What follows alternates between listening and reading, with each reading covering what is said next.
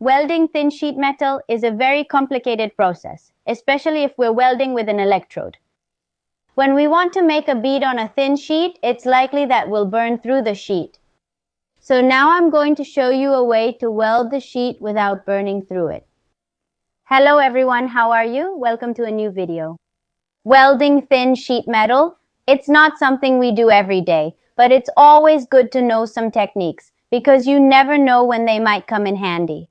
Thin sheet metal is very difficult to weld, and if you're going to use an electrode, things get even more complicated. In these cases, it's recommended to use a metal inert gas or a tungsten inert gas, but if you don't have another machine, you can also weld with an electrode. It doesn't look as neat, but with the right technique, you can achieve a good weld. In this case, I have these 20 gauge sheets which are approximately 0.9 millimeters thick. So you can see that it really is 20 gauge. I'm going to measure it with a caliper. As you can see, it shows 0.9 millimeters thick.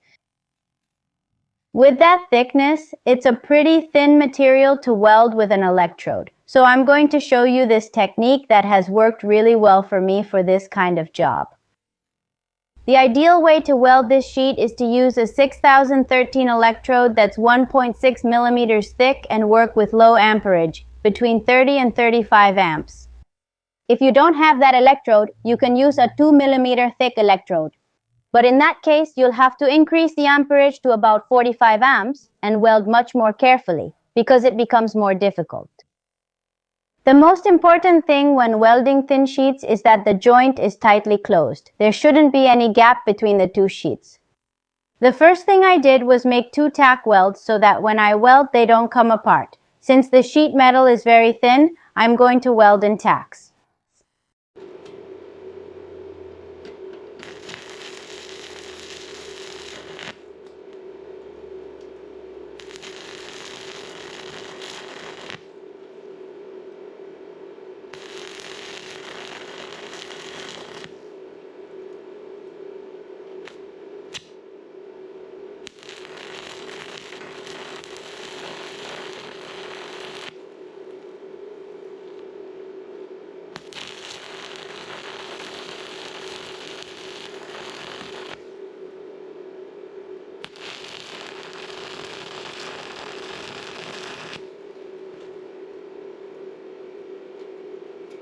And this was the result.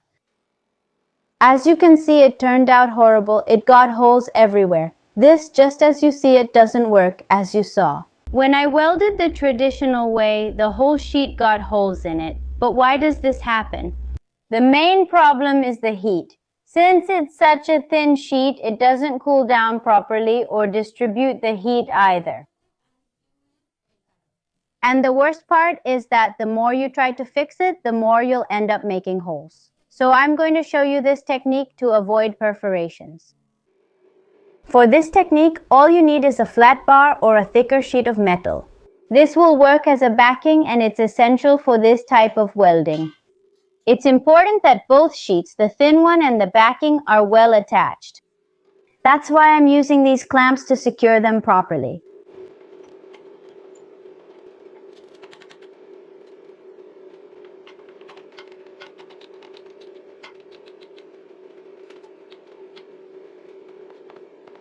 Once they're properly fastened, I'm welding again with the same 6013 electrode 1.6 millimeter thick at 35 amps, making tack welds.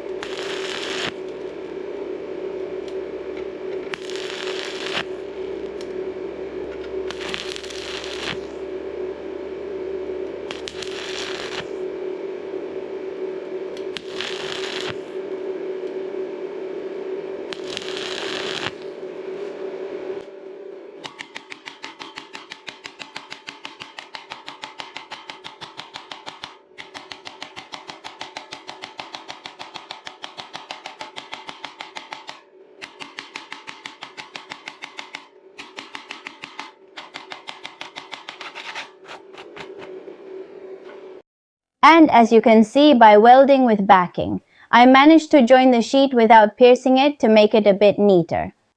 I'm going to run a few small beads over the tack weld.